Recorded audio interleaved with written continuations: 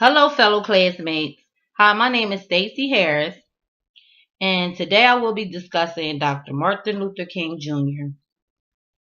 I will have some references, be referencing um, Wikipedia from biography.com and also education.com. Okay, so today I'm going to be talking about Dr. Martin Luther King Jr. Does everybody know who Dr. Martin Luther King Jr. is? Okay, great. Okay, we all know who he is. And do we all know that he's a leader in the African American civil rights movement? Great, great, great. But what else do we know about the great Dr. Martin Luther King?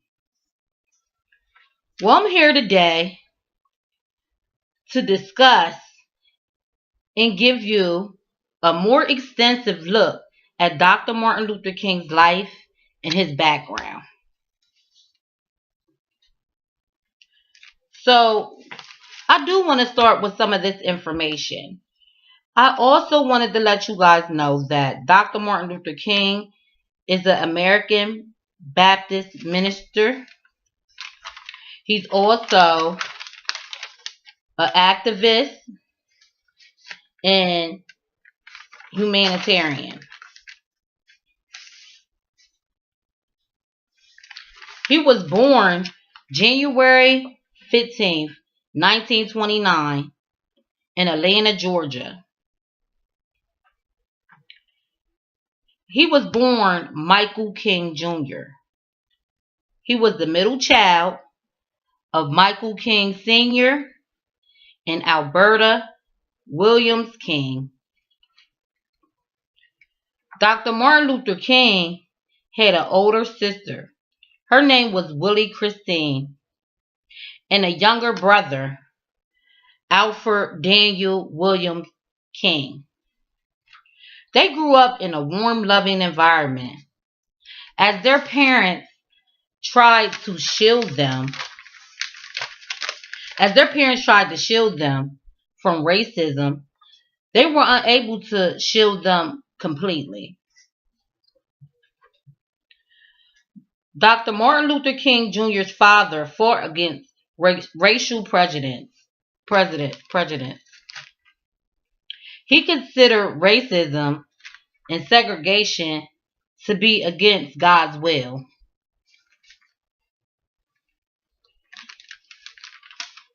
Okay, I'm going to go into more. Okay, Dr. Martin Luther King Jr., he went to public schools at the age of 5 years old.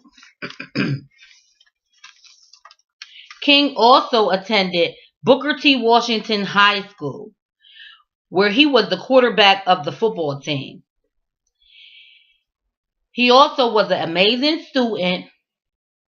He skipped 9th and 11th grade and went to Morehouse College in Atlanta at the age of 15 years old in 1944.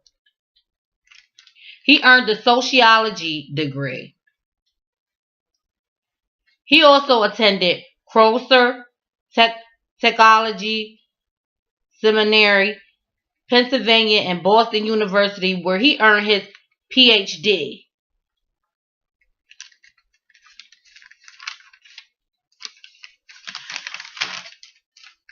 Dr. Martin Luther King was married to Coretta Scott King in 1953. They had 4 children: Martin Luther King III, Dexter Scott King, Yolanda King, Bryce King,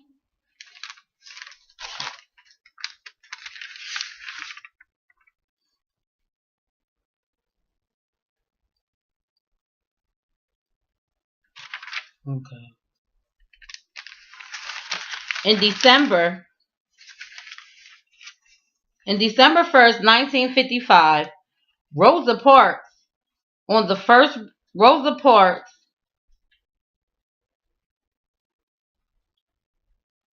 was sitting on a bus in the first row of the colored section on the bus.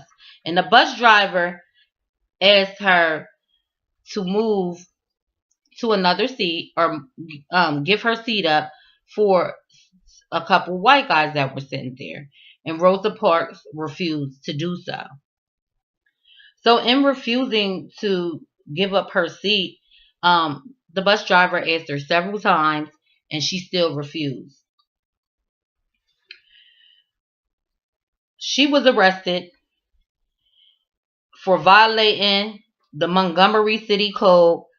At her trial, she was found guilty, fined $10, and also $4 for court fees.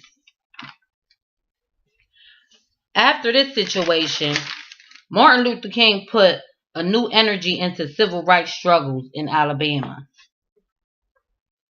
The bus boycott will be 382 days of walking to work, harassment, violence from the Mahogany African American community, violence towards the Mahogany African American community. Separate is never equal. In the Brown versus Board of Education, the city of Montgomery lifted the law mandatory segregation for public transportation. So through all the boycotts and everything, the law did get lifted on the public transportation. In 1957, Martin Luther King and 60 ministers riled up, and they all got together and they went around and preached civil rights and tried to make things right in the communities. In 1964, Martin Luther King received a Nobel Peace Prize for all his great work and for the things that he did.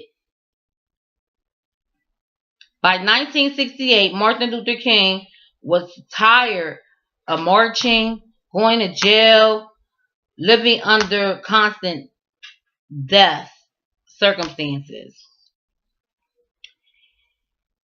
And Dr. Martin Luther King was assassinated April 4th, 1968, standing outside of his room at Lawrence Motel.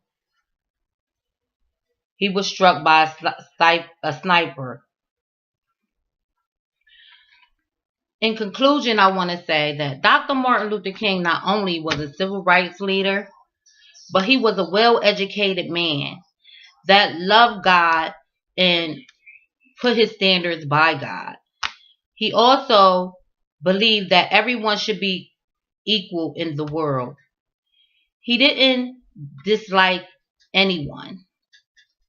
He was a great man, very educated, and I want to leave you guys with this one last quote, a quote that I have from him, which to me is very amazing.